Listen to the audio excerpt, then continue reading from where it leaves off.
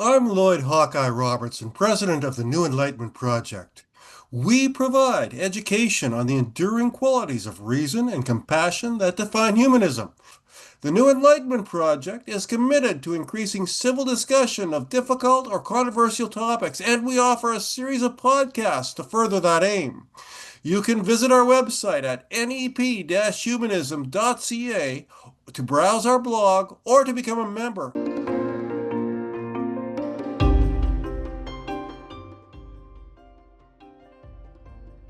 I have been doing some interviews with some people, mostly women, who have come forward as victims of clergy-related abuse, um, mostly in Orthodoxy, because a lot of the focus has been on the Catholic Church. Um, for yourself, what's your experience and what denomination? And this is out of Canada rather than the United States, obviously. Yeah, so I grew up Roman Catholic, was baptized at a very young age. Um, my parents were immigrants and came to Canada in 1959, got married, and I'm the second oldest of five children. And a very religious household, went to church every Sunday for sure, and special times during the church calendar year. Went to a Catholic school, went to a Catholic high school, got married, had to a nice Catholic boy, had two children. And would you like me to tell you at this point about my memory recovery? Yes, yes. Okay, so my children went to a French first language school because my ex is francophone, and we both wanted them to be raised bilingually. So they went to a French school. So when my daughter was making her first communion, she was going to make it with her classmates, and the mass would be in French. And so my parents didn't speak French, so we decided she would make her first communion in English as well, so that my parents could attend and understand the service. And so the priest said that he would need to talk to my daughter first to make sure that she was ready to make her first communion. And so I took my daughter to meet with the priest, and he chatted with us for a while. And then at one point during the interview, he said to me, "Can I speak with your daughter alone?" And I said no. And I was just aghast because I was such a good Catholic girl. I had never said no to a priest. And here I was in my 30s saying no to a priest. So that was a little off-putting for me. And I didn't know why I said that. So my daughter ended up making her first communion in English as well. And I was a stay-at-home mom. So we had, just a normal summer doing activities with the children and taking them places and helping make memories. And then in September, both my kids were in school all day, every day for the first time. And after I got home from dropping them off at the bus stop, I just sat in my living room and I just started bawling. And I didn't know why I was crying or what was going on. And all of a sudden, this whole flash of memory came across me. And I just remembered every single thing that priest had done to me. And I just cried and cried and cried. I thought for sure I was going crazy because there's no way a priest would do that to a little girl.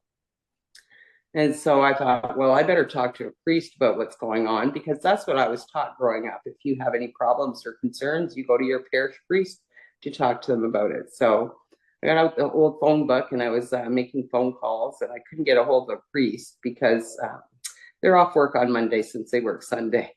So finally, somebody just said to me, "You need to call the chair of the sexual abuse committee." And I was thinking, there's a sexual abuse committee? How can there be a sexual abuse committee if I'm the only one? Because this was before the internet. So I thought I truly was the only one who had ever been sexually assaulted by a Roman Catholic priest as a child. So I spoke to Father Richard Tremblay, and he asked me if I wanted to come in and speak with him. And I said yes.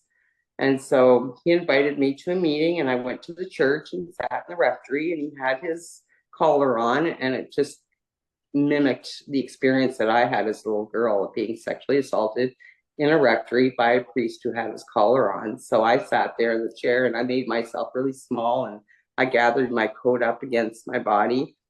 And then he asked me the priest's name, and I said, I couldn't say it. I couldn't say it because this priest had also performed my wedding ceremony. So, and I had known him since I was 9 years old. So that's quite the history that you have with somebody that you think you can trust.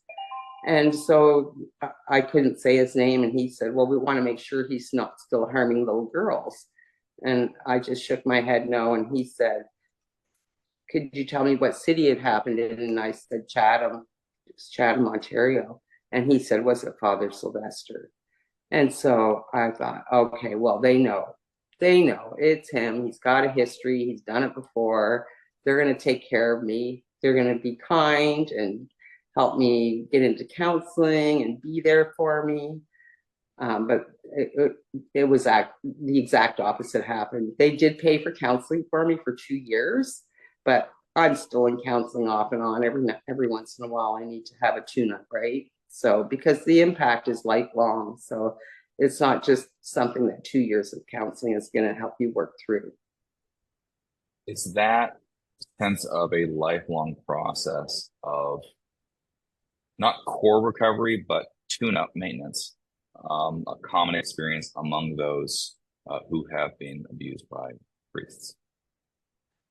Yeah.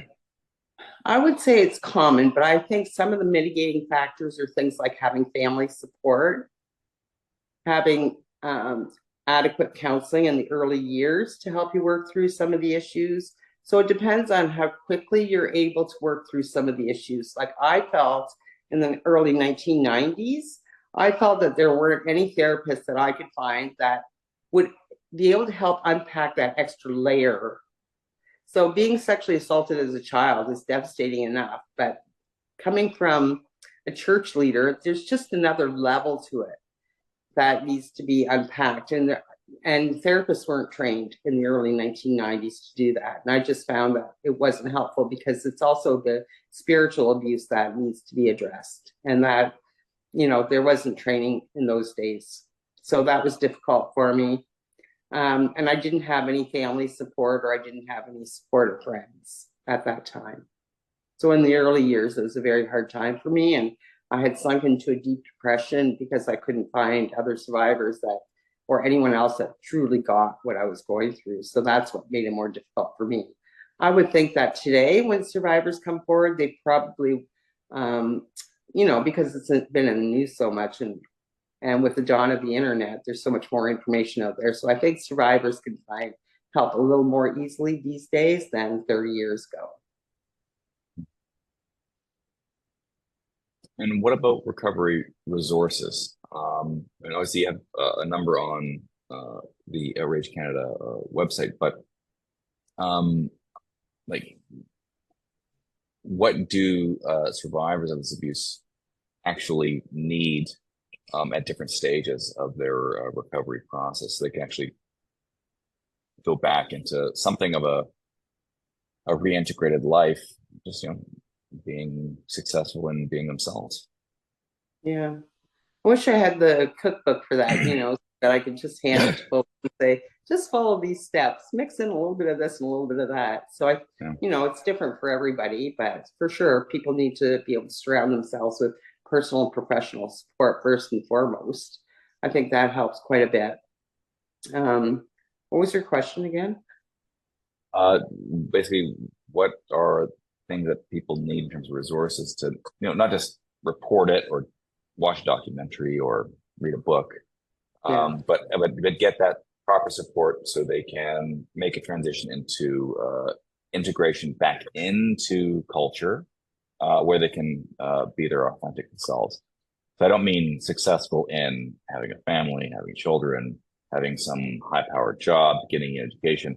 I mean simply feeling comfortable in their skin, living their life however they choose to live it in a free society. Well, I think church is part of a community, right? And that's what a lot of people gravitate to, especially in their later years when they join the church, is to have that sense of community. So I didn't have that. I lost that when I came forward. People in the church didn't gather around me and put their arms around me and say, oh, Irene, we'll help you through this. No, nobody contacted me from the church. When I left the church, I was all alone. I had lost that community. So community is really important. And I think it's probably one of our basic needs. I don't think it's on Maslow's hierarchy, but it is one of our basic needs to feel like you belong. And so in probably 1993 or 1994, I was watching a Phil Donahue show. And again, that's my age. I don't even know if he's still alive, but it was a talk show. And one of his guests on there was Barbara Blaine. And she was the first survivor that I ever met. She's from Chicago. And her phone number came up on the screen at the end of the show, and I called her right away. So she went on Phil Donahue and talked about being sexually assaulted by her parish priest, and she was the first person I met. And back in those days, we had long distance phone call charges, so she was my lifeline in that sense. The only way to communicate with her was by letter or by phone. So I did speak with her quite a few times, and with other people's permission, she connected me with other people in Ontario, Canada. So, and a lot of people weren't coming forward at that time, or they weren't telling people, so it was hard to find other survivors. But I remember going to my first SNAP conference, the Survivors Network of Those Abused by Priests, in Chicago in the early 1990s, and meeting 40 other survivors. And it was like, oh, just a huge sense of relief, like, I'm not alone. That's a huge burden to carry alone. So that was my community for some time. And then I went through the civil suit process, and the diocese gave me some money, and it was attached with a gag order. And so I wrote to the bishop and I said, I need to be released from this gag order. It's keeping me sick. I'm keeping a secret that's not mine to keep. And so the Diocese of London did release me from my gag order. And the media at the time reported that I was the first person in Canada to be released from a gag order by the church. So after that, after I was released That's as from my surprising as finding out that Phil Donahue is in fact alive at 88. Oh, yes. So I have my story. I don't know if he's alive or not. Yeah, I think I probably would have heard if he had passed. But yeah, I'll have to call him and thank him. He has no idea how he's helped me. So after I was released from my gag order, because I thought the gag order said I couldn't tell anyone anything, and I assumed was my mistake. But it was a rough time, a rough period of life for me when I had this civil suit hanging over my head. But after I got released from the gag order, I went to the police in Chatham, Ontario, which is where the abuse happened, and reported him. So they started a criminal investigation, and that's where almost 50 women came forward. So Father Charles Sylvester was pegged as the most notorious pedophile in all of Canada. That is quite the title. And he denied everything. And he just said, like, they put us up to it. They were whatever. And then he started preaching at one court appearance. He had his little Bible or some book in his hand. And he was preaching to us, and we're just all like, oh my God. Anyway, I think he was sentenced to 3 years, I think. And then he died a couple months later in prison. And so during the criminal trial, I said to my lawyer, during the criminal trial, all of a sudden the diocese says, oh, we have this police report from 1962. A police report from 1962. I was born in 1961. Meanwhile, they have this police report. These 3 little girls from Sarnia, Ontario reported to the police. And all of a sudden, there's this police report they found out came out of nowhere. So I said to my lawyer, I want to reopen my civil suit, because they kept denying it and say, oh, we didn't know anything about Charlie. Good old Charlie. Oh, we didn't hear a thing about him. I'm like, they knew since 1962. I'm reopening my civil suit. She said, well, you better find yourself a contract lawyer. So I got myself a lawyer in Toronto, Loretta Merritt. And I said to her, like, can you take my case? And she said, we'll have a look at it. She's in a big law firm, right? So she said, we'll have a look at it. And I said to her, I just came out of a civil suit and a criminal trial. And I said, like, I'm exhausted. I need to move forward in my life. If you need me, call me. Otherwise, just do what you need to do. Because I was so invested in the first civil suit, right? And I was exhausted, and I said, I can't do this again. So you do what you need to do and get back to me. So 10 years later, she called me. We're going to court on Friday. I was like, what? So she was doing whatever she needed to do in the background and get all the legal words and mumbo jumbo on paper and talking to the diocese and having all these conversations and everything. So we went to the court in London, Ontario, and the judge said, yes, I could reopen my civil suit. So that was a victory. And so then the diocese told the media that they were appealing that decision. So the media called me and said, so what do you think of them reopening or appealing the judge's decision? And I, oh man, the reporter said to me, can you repeat that without any F-bombs? And I said, not right now. I was like, totally understand. well, you know, like that is so cruel. They couldn't call my lawyer to tell my lawyer they were going to appeal it. They had to call the media so that the media could call me. That's cruel. That's cruel. Just so people are aware, 2 points of contact. The first one's short. How long have you been in legal proceedings? 30 years. Second part. I listen to a lot of fundamentalist preachers, extreme political people, because I already know my orientations. So I want to know what the other sort of sides, plural, are saying about all these different things. I listen to them. They will say things like the Jezebel spirit. What are the biblical and non-biblical insults and epithets thrown at you when you are pursuing this line of justice? I won't even say against the church. It's for the church, because it's for the church's best interest to have the clergy who are bad to be weeded out, and to not have the clergy who are good, who actually do community service and commit their life to that, not be blanketed with that at the same time, in a way. Okay, so two things. Yeah, I am doing this for the church, but they'll never get rid of their brothers in Christ. That's the pact, right? They'll never do it. There's a few that might be whistleblowers, but they're out of there. They don't want those guys around. That's why the good priests don't say, oh, Irene, what happened to you was wrong. It should never have happened. This is what I'm going to do to help you work through this. Never did a nun or a priest or anyone else in the church say that to me. Not even a congregant.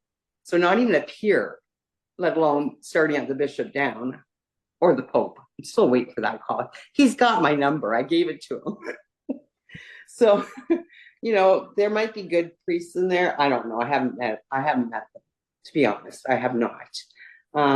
And they never used biblical terms against me. They never publicly said that. And they never privately said that, because they have never contacted me. Anytime they wanted to give me a message or say anything, they went through my lawyer. So nobody contacted me from the church in those 30 years. Nobody. So no, I didn't get called Jezebel or anything like that. And I think maybe because, you know, it started when I was 10 years old. So Be a little weird. Although, you know, Father Sylvester said, you know, about those girls with their short skirts sitting on his lap. You know, little 10-year-old Catholic girls in the 60s, they wore dresses. And then, you know, sticking out our pink tongues at him when he went to give us communion. He's the one that sexualized all our activities that were very normal. And at 10 years old, I don't even know what the fuck sex was. I didn't know what it was at 12. I don't know, maybe high school they started to talk to us about it. Well, I mean, this is a sort of a side point. The sexual education kids got in the 60s and 70s and 80s, it was not exactly comprehensive or realistic. Okay, so let's continue. So you're going through the shitstorm of legal proceedings. What else Yeah. happens? So they appealed that, and then we went to the Ontario Court of Appeal in Toronto, and and both lawyers give their sides, yada yada, and then the judges for the Ontario Court of Appeal, they take months to make their decision, right? So you wait again, and then you get that decision, and so they said yes, I can reopen my civil suit, and so then the diocese, their lawyers appealed to the Supreme Court of Canada, and so I created this group called Justice for Irene. And it's just like, just settle with Irene. She's tired. She doesn't need this hanging over her head anymore. Just settle with her. And we would say, the church has the right to appeal, but is that the right thing to do? So yes, they had the right to appeal. But anyway, so they appealed to the Supreme Court of Canada. That takes weeks or months. And then my lawyer and their lawyers, right? My one lawyer and their three lawyers would go to the Supreme Court of Canada to make their case. And then we have to the judge's decision again. And then the judge said, yes, I can reopen my civil suit. So I won at the highest level of court in Canada. So my lawyer said, I said to her, so what's next? And she said, well, we can go to trial or we can go to mediation. And so what typically happens when folks go to trial is you prepare for trial, and the trial's not scheduled for 18 months or however time period down the road. So you'd have to wait again for the trial. And inevitably what they do is they settle the day before the trial starts. So all those anxious months and weeks of waiting and preparing for trial, and the day before they offer to settle out of court. And I said to my lawyer, I said, let's just go to mediation. So this was during COVID, of course. So we were on a Zoom call, and this gentleman comes on my screen and he goes, hi, Irene, nice to see you again. And it was the exact same mediator from the first civil suit. 20 years later. So I think we started at 10 o'clock in the morning and we went till 9:30 at night. Oh. And then the church's lawyers said, okay, we'll pick up again tomorrow morning at 10 o'clock. So I had to try to sleep that night, trying to figure out what was going on. And then about 10:30 in the morning, my lawyer called me and she said, they've accepted our last offer. So they just wanted me to have one more sleepless night instead of, whatever. So it was done that day. And so I was 60 and I got my money, and I publicly thanked them for paying me for all of my years of activism and advocacy for other victims. Thank you for paying me for the work that I've done over the last 30 years. And I promptly retired. And you might be a little tired. Very tired. And then the Justice for Irene group that we created, trying to encourage them to do the right thing, that morphed into Outrage Canada. And so we were only incorporated last year, so we're pretty new. We're having our first AGM September 28th. And so the other thing that we're doing is, so after we had the press release circulated so that we could announce our new organization, we had quite a few survivors contact us. And so they emailed. And so I would set up a Zoom call with them, and I would have a one-on-one conversation with them. And I wanted to see where they're at, what further support they might need, or any direction that I might provide, or words of wisdom. Because I think after doing this for 30 years, I think I'm a bit of an expert in the field. Plus, I worked in social services for most of my adult life. So my last job was at a women's shelter as a residential counselor. So I have a little bit of experience in that realm. And so I found that the people that contacted me, we would do a Zoom call just like this. It'd be about 2 hours long. You good? Yeah. Are you good? Yeah. Reach out again if you ever need to talk. Some do contact me occasionally, and others I don't hear from ever again. I did notice you actually have collaboration with a Patricia Grell. I'm aware of her because we did an interview in 2017. I know what you did an interview about, the school board. Correct. And I will quote, if I may indulge, because we still got 20 minutes. So in that original interview with Patricia Grell, BSc, MDiv, quoting Grell, I would think that if our Catholic schools were teaching by example and living according to the gospel, then we wouldn't have to coerce anybody to take religion. Students would want to take religion. They would want to learn about this rebel named Jesus. Teenagers are rebellious anyway, laughing. I think they would really think he's pretty cool if they could learn about who he has and who he was and what he stood for. You didn't have to coerce someone by saying, let's take this, or we're not going to let you come to grad. What kind of example is that? What are we going to do here?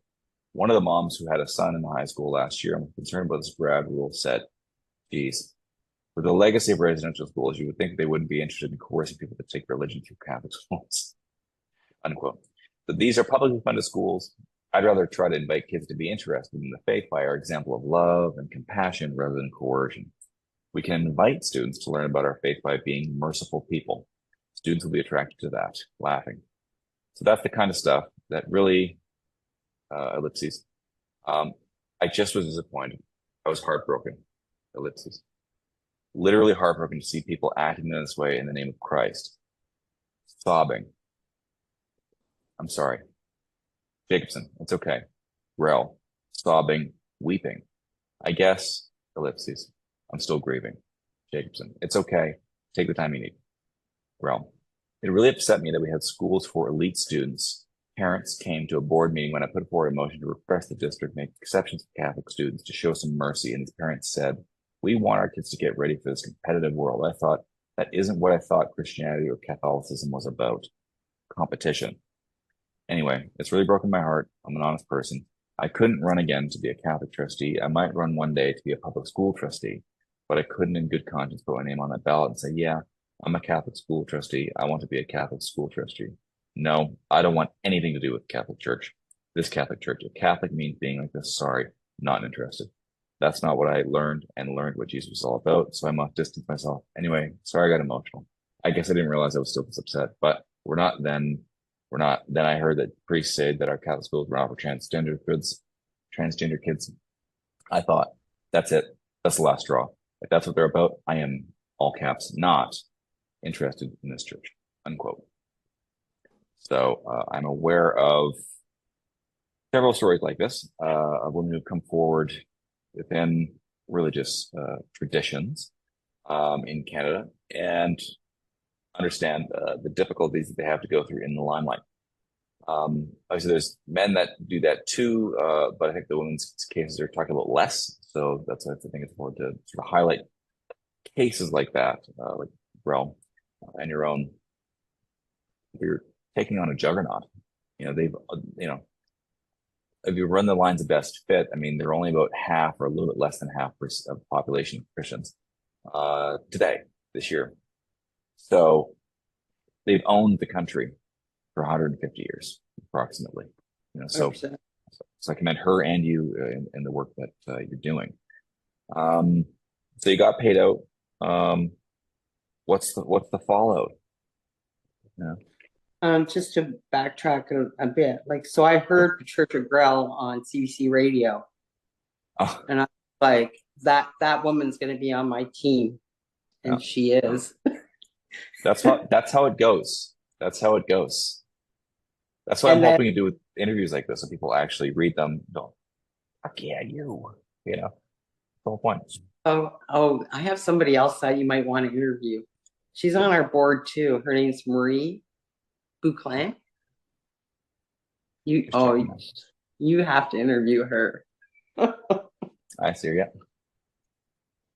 So she's a Roman Catholic. She's a Roman Catholic woman priest, and she was a Roman Catholic bishop. Is she still, or she? Oh, she's retired. No. yeah, she's retired. Now, She's in her 80s. now that's an She, in this context. That's a very the meaning of that is very contextually ambiguous. Did she retire or did she resign from, from nunnery? oh, I don't, You know what I I mean? don't, but I knew that I don't know if she completed that. I don't know if she was a nun. Oh, it says former nun, teacher, and translator. Well, Oh, from a bitch, or from a bishop. Like, did she? In other words, retirement, I think, is a gradual, sort of amicable process with your employers, and you're done, and you get a payout. Resignation could be that. It could also be resigning in protest. Things like that. okay. So, well, it's her story to tell, but I'm going to tell you this one little piece. Just, I'm going to Okay. give you a nugget, and that's it. Okay. When There you go. You got it. So I said to everyone on my board, I sent a letter by snail mail to the Bishop of London, and I asked to be excommunicated because I don't want to be included in their official numbers. It took me 30 years of litigation to get my settlement, but within a week I was excommunicated. Done with her. She's gone. Okay. One fucking week. And yeah, okay, so on the other hand, Marie was excommunicated by the church, but did not want to be excommunicated. That's your nugget. oh, that's complicated. It's like that's like if you outlaw in-laws, the only the only outlaws would be in-laws. Okay, well, have a fun trip. Without moving anywhere. The moderate dose. So. Okay, Yeah. thanks.